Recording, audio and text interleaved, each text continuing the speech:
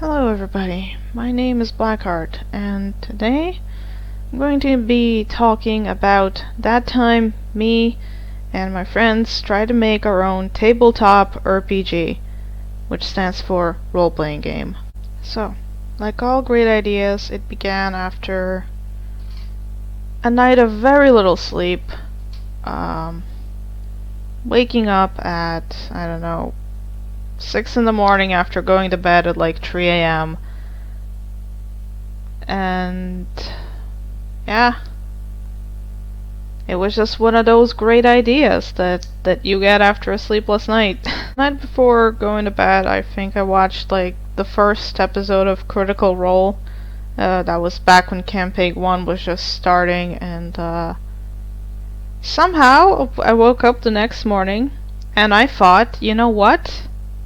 Yeah, I can probably make my own tabletop role-playing game. Growing up, Dungeons and Dragons was never really part of the culture here, so while in America it was the big thing, here we never really had that or tabletop games. We never had role-playing games that like that. So it was really a new thing to me, and someone who's never played it, I started looking into at first how to play Dungeons and Dragons, and looking at the prices, that having to buy all the books, and it turns out there's a lot of books. That these are just some of the books I found.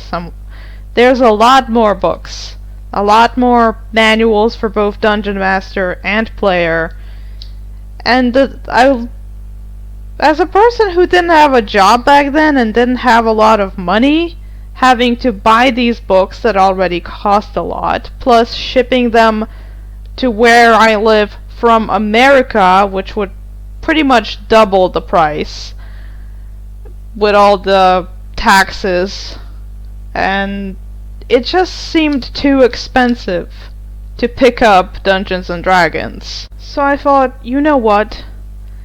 I could probably make my own tabletop role-playing game with the amount of time and money it would take for me to buy all the Dungeons and Dragons books and learn how to play the game.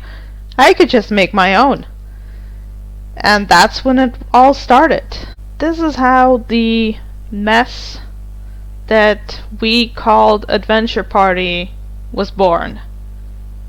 We couldn't call it we needed to call it something because Dungeons and Dragons already existed. And yeah, so I just threw together the name Adventure Party and sat down at my dad's desk, started writing first on regular paper, and then I moved to typing it on a computer because I couldn't read my own handwriting, and by 5 in the afternoon I pretty much had the rules laid out for what I thought was gonna work. And the next day I called that one friend who I was 25% sure would be maybe okay into trying this. Because almost the moment I finished it, I realized, you know, this is stupid, no one's ever gonna play this, this is absolute nonsense. But it felt like I put so much effort into it, I don't want to just throw it all in the trash without trying it at least once. So, the game itself was supposed to be very simple and very short. It was more of a dungeon crawler where the focus was fighting monsters and getting the loot and like beating the dungeon, and just then going to an inn and just getting drunk and celebrating. It was supposed to have a lot less story, and it was supposed to take place in like a very small environment, as in there's the dungeon, there's maybe like a town or two around it, there's like a forest or some other area wherever your dungeon's located, but it wasn't supposed to be as big as Dungeons and Dragons where you have an entire world.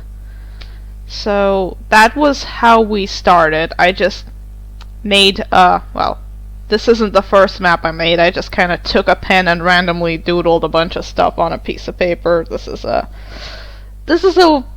much nicer version of what the original map looked like, and yeah, my friend came over, and we just made some characters, which was just a bunch of random dice rolling, and we didn't use any special dice. We used regular six-sided dice because that's all we had. And yeah, we actually used random character generation for this. You roll a dice for class, and then you roll a dice for your race, and basically that's what you play. Yeah, it's weird, but that's how we ended up with the characters we ended up with. So, my friend's first character, we each had 2 characters because it was decided that this game is made for 4 players, between 4 and 6 people in the group. So 4 was like the minimal amount of people I had in mind for the party. So we each made 2 characters, and I was also kind of running the game as a DM, but I've never played a tabletop RPG. I've never DM'd or played a tabletop RPG at this point, so it was just kind of weird. All of it was just like a weird fever dream. But yeah, so my friend rolled a human mage, so that's how we ended up with Prudence. So my friend ended up coming up with a bit of a backstory for the character, that she was a human who lived near the forest. She was from a rich family. At some point her family noticed that she had magical talents, so she had to go away to magic school and just learn to be a mage, but she was kind of a troublemaker, so she kind of didn't really do well at school.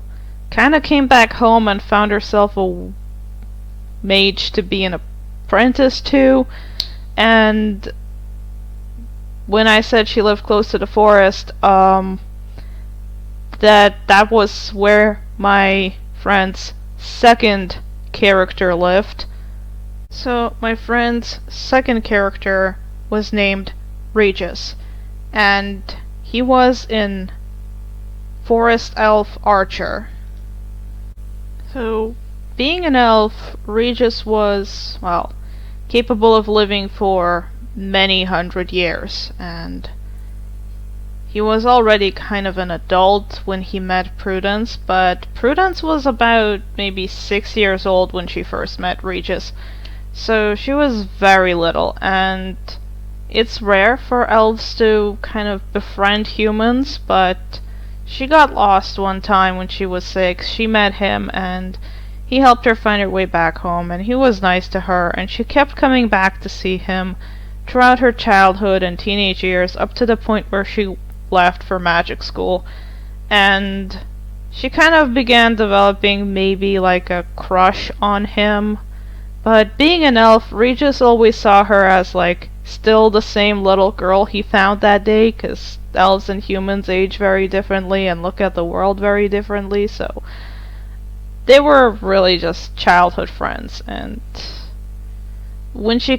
before she left to magic school, she never really got a chance to say goodbye, because she tried to find him but she couldn't, and she had to leave, and she was like gone for 5 years.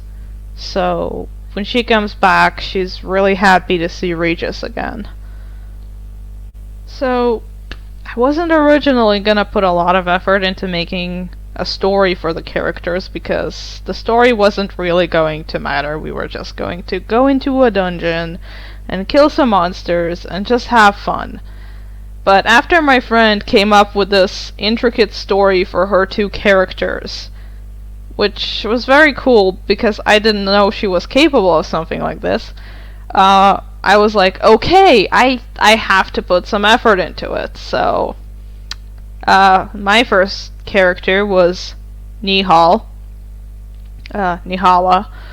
the half-elf. I think she was half-elf. I know she was of elven lineage. Now I cannot remember if she was a full elf or a half-elf, but yeah, she was also from a noble family. and she was kind of young for an elf. She was not even 100 years old, which maybe like 40, 50 years, and for an elf, that's like young, very young. That's like, I don't know, equivalent of like a 15-year-old teenager in human years. So yeah, she's a very young elf. Um, who would like to pretend she knows everything better and she's so smart and being typical teenager, where she would sneak out from her rich parents' house from the elven city into like this human tavern wearing a cloak, pretending like she's just one of the common people, and she would listen to traveler stories about slaying monsters, about going on adventures, and she would listen to them talk about how they killed this like minotaur or something, and she would be completely like head over heels with the idea of adventuring, to the point where she decided that she's gonna leave home and become an adventurer. And instead of, learning magic like a proper elf should, instead of dedicating herself to like arts and culture and getting married to another elf from a noble rich family, she's just gonna go on adventures and kill monsters, and yeah, all about that life. And she thinks that because she's listened to all these stories, she's like a professional at it, even though she's never held a sword in her life. And then her parents are like really concerned about this, but they're like, she's gonna get out there, get hurt, and come back. So they find her like a fencing instructor, and for a couple months before going off on this adventure, she kinda learns how to fight, but like just the bare basics of it. So she's really not a fighter, but she sees herself as this invincible warrior that's been on countless adventures and knows everything about adventuring. Yeah, she's kind of the chaotic, stupid character in the party. So pretty much the moment she like learns a little bit of fighting, her parents like give her some food, give her some money, and she heads out. And pretty much, well, maybe not the next day, but a couple days into her travels, she gets attacked by robbers in the woods, and she pretty soon realizes that she is not as badass as she thought. She's getting her ass kicked. All of her attacks are missing. She can't fight to save her life, and this is a life and death situation. And one thing is fighting at home with a fencing instructor that's just teaching you, and another thing is fighting one against like group of 5 or 6 people that are actually trying to kill you. And this is where my second character comes in. So my second character was Cheng, the human monk. And yeah, he was an orphan who got abandoned in the mountains by his parents, who was found and raised by monks his entire life. So after living in the monastery for like over 20 years, his master was like, you're young. You really want to spend like your whole life living in the monastery when you've already pretty much learned everything we could teach you. Why don't you get out there in the world and see what life is really like, and maybe, I don't know, use your skills to help people and find your own meaning in life, and come back when you're like older, wiser, and more experienced or something. And he did. He just left, and he was kind of thinking of it as a form of training to learning the ways of the world, learning his own experience of life that you can't really learn if you're living in a monastery and never going outside of it. So that's how he ended up meeting Nihala, which was just getting attacked by bandits, and he saved her. Nihala thought he was absolutely badass, and she asked to be Cheng's apprentice, who was like, well, he never wanted an apprentice. He didn't consider himself experienced or skilled enough to teach someone else, because he wasn't like a master. But he really did have a lot of skill, because he was like training every day, and he was a lot better than he believed himself to be. So he kind of starts teaching her, but he is a monk who fights with bare fists, and Nihala is someone who uses a weapon. So it's kind of interesting how he tries training her. And they kind of have a master-apprentice dynamic, with Nihala being the stupid and over-eager apprentice who keeps rushing into danger, and Cheng being the wise master who has to save her out of trouble the whole time.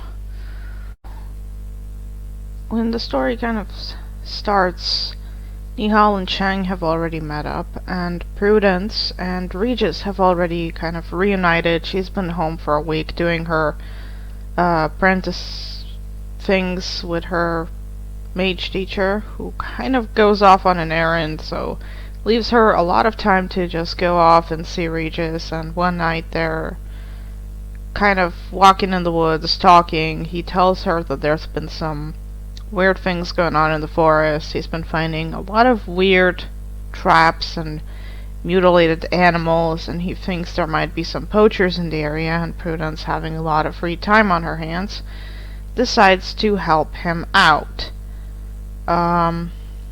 Which they kind of explore the forest and eventually stumble on Cheng and Nihala, who have set up camp for the evening, and they have just hunted down a boar.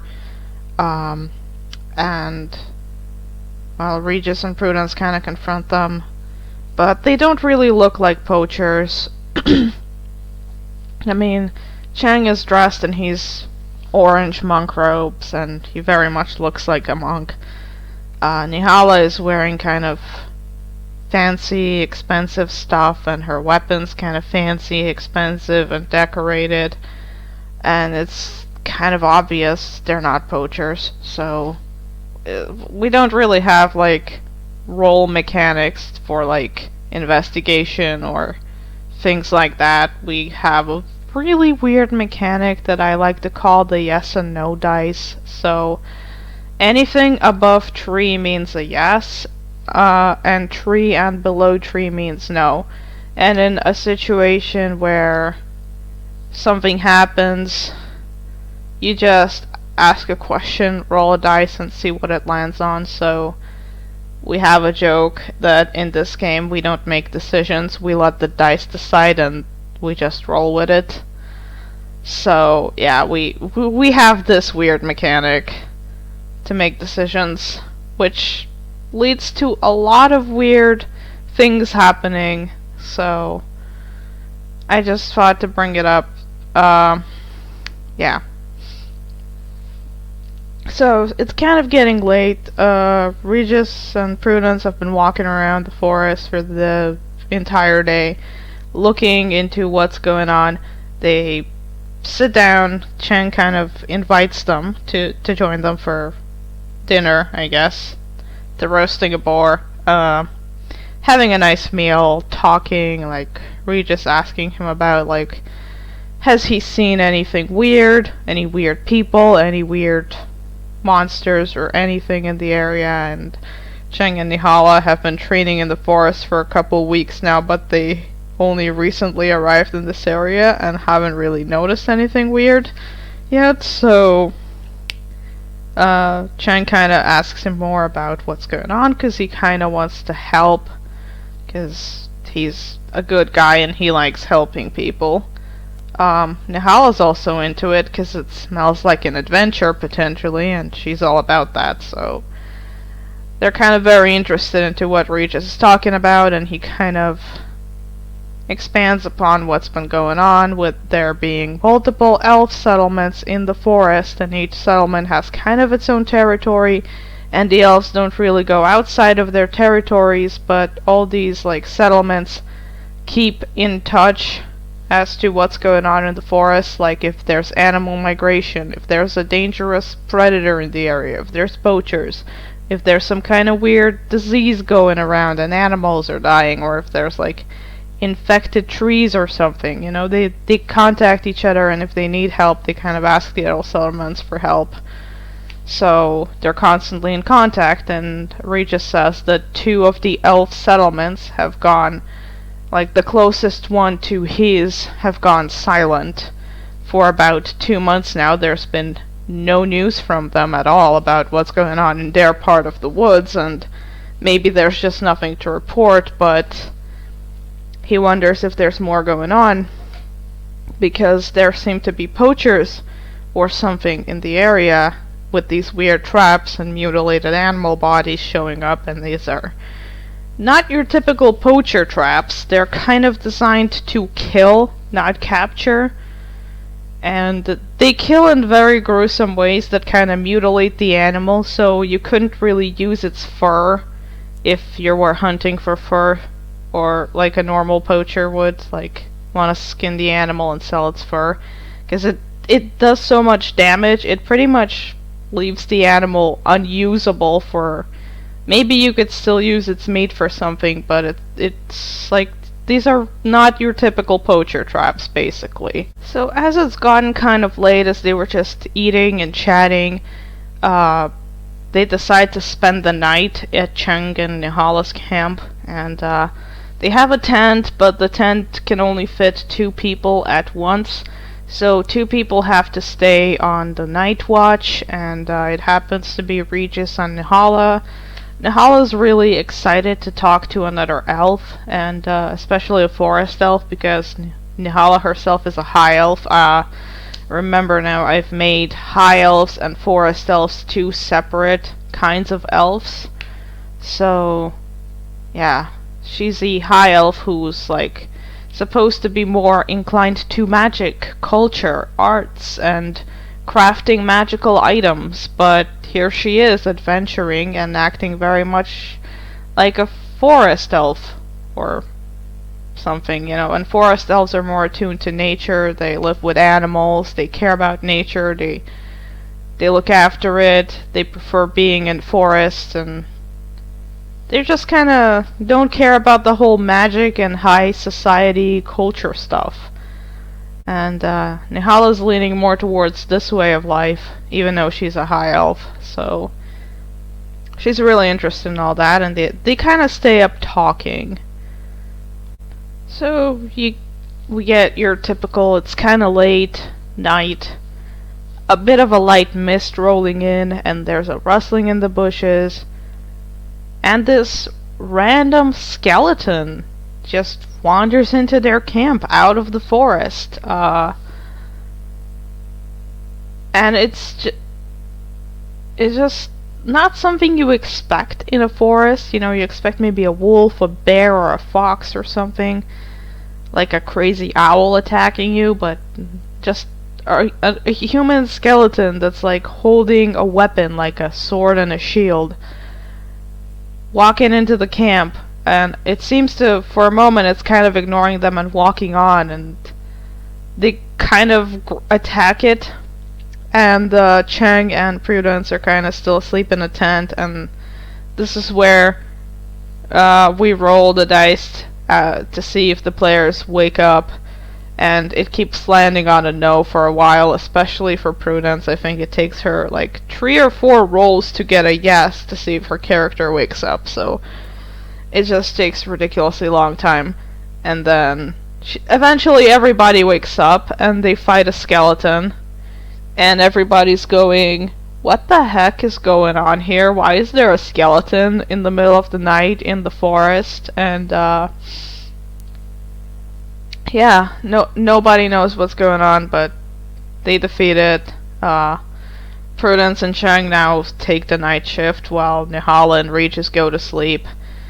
And early in the morning, as early as they can, they decide to get out of there. Regis decides that he's going to go to his settlement and report what happened, and they're kind of now deeper in the woods, so it takes them a good part of the day to get back to the road, because he wants Prudence to go home, and he wants Chang and Nihala to leave this area, because it's obviously dangerous, and this is the elf business, and he wants to handle it by himself without involving people or putting other people in danger, and he kind of just wants to escort them to the road so they could leave this area and go to like a human city or somewhere else, because this place he thinks is too dangerous. So yeah, they eventually get back on the road, but it takes them a long time to get out of the woods, and back on the road they kind of walk for a bit. Everybody's kind of getting hungry,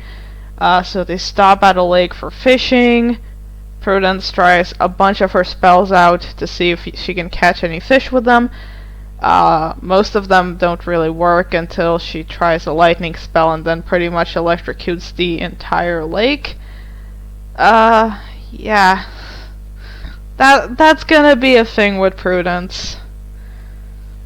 So everybody gets fish and they have a little break and then they start walking again, but they kind of walk to a split in the road and they take the wrong turn, and about walking for 20 minutes they realize they took the wrong turn, but they notice that there's kind of something wrong with the area, so they start investigating that instead.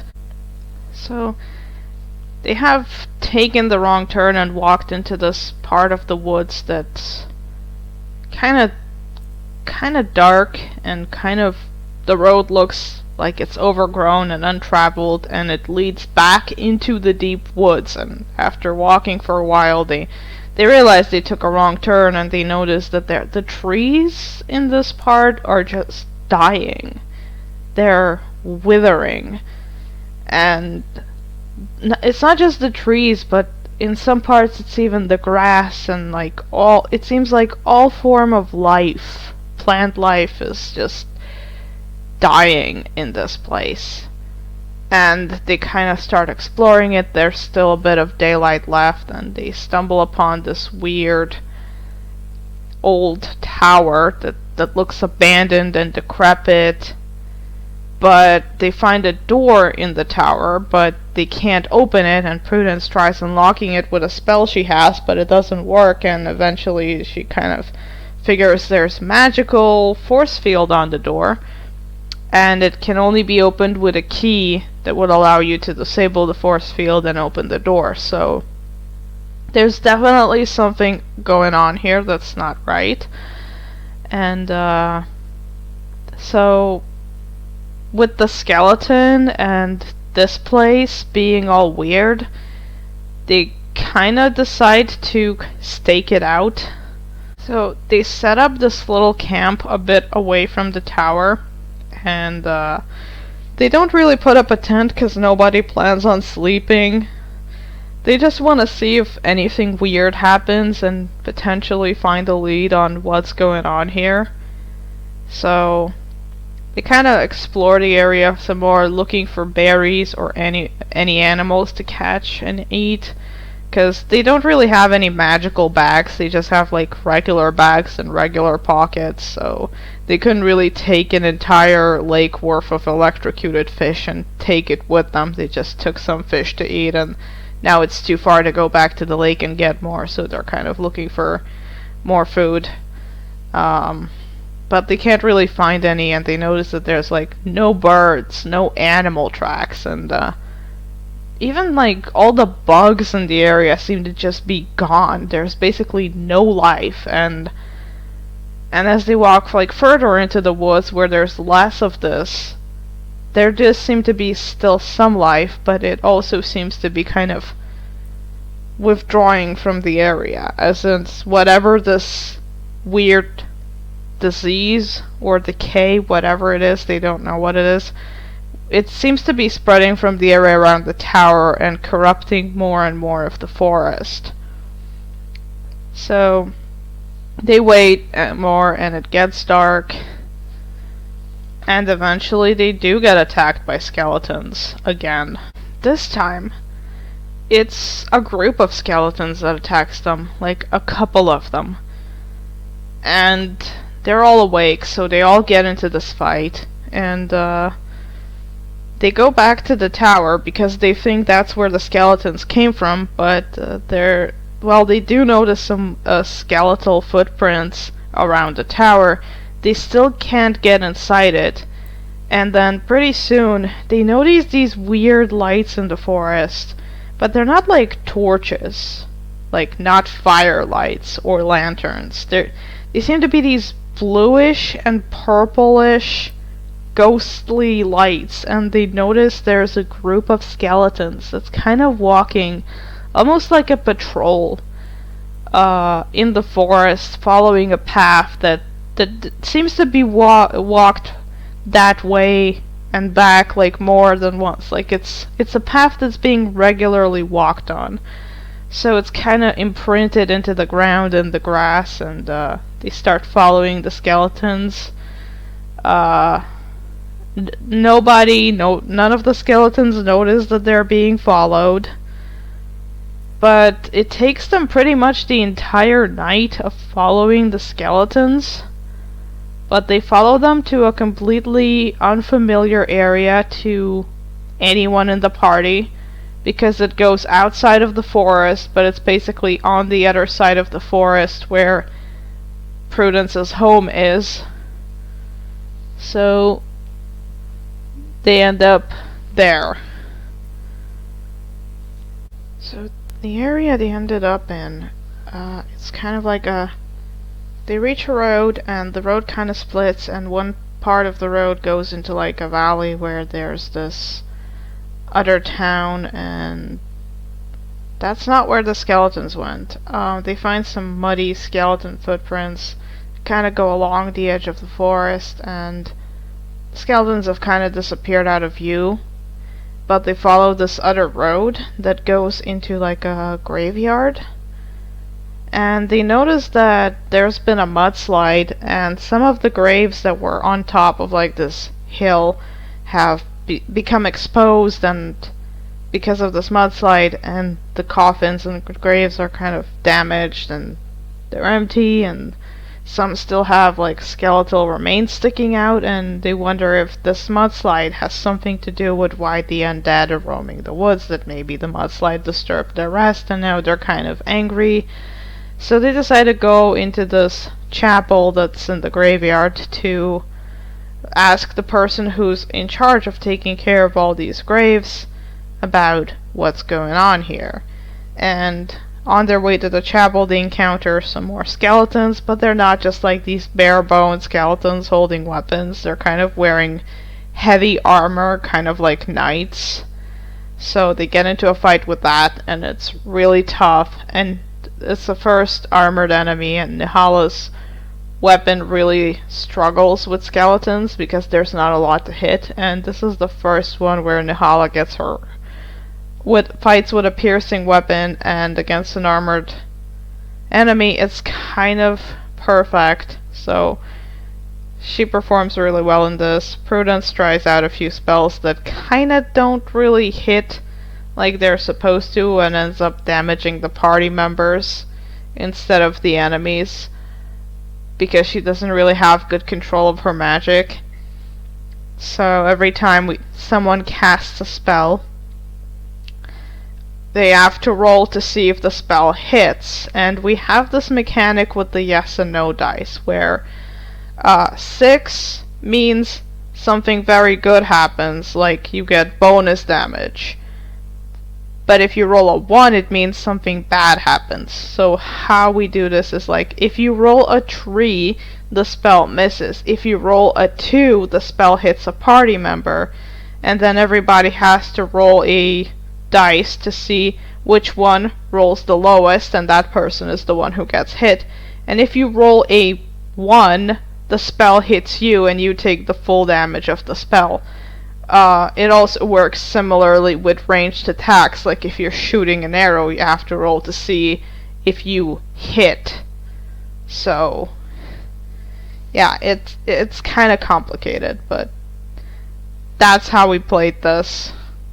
and Prudence rolled a lot of 2s and a lot of 1s and a lot of 3s. So her spells would either miss, she would hit herself, or somebody in the party quite a bit. And Regis was doing somehow a lot better with his bow. He, like, Prudence had all the bad rolls, Regis had all the good ones because they were still being played by the same person. Because it's just two of us playing these 4 characters and me also trying to DM for the first time in my life, having no idea what DMing looks like except for seeing a few episodes of Critical Role at this point, so it's a complete mess.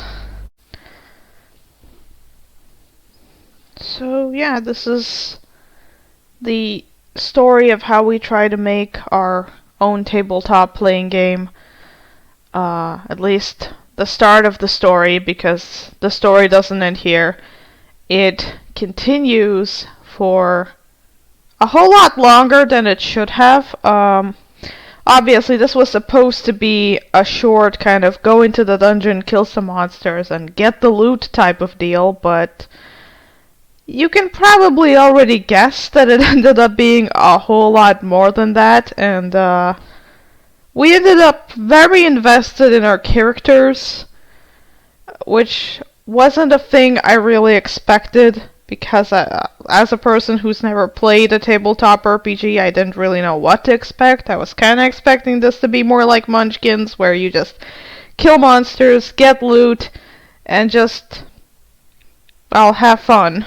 But we ended up having a lot of fun, despite all the random nonsense and spells going haywire and attacks missing constantly, and yeah. So this is just the start of a story that I think we played this campaign for a little over a year, meeting weekly, so it went on for a long while, and we had a lot of incredible adventures and a lot more stories to tell. So let me know if you want to hear more about what happens to Prudence, Regis, Nihala, and Chang, and what kind of crazy adventures they went on, and what's going on in this forest with all the skeletons, and what became of Adventure Party eventually, and yeah, let me know what you guys think, and if you want to hear more stories like this one, or if you want to hear more about this party we had going on for a year. So yeah, let me know what you think, and I'll see you guys in the next one.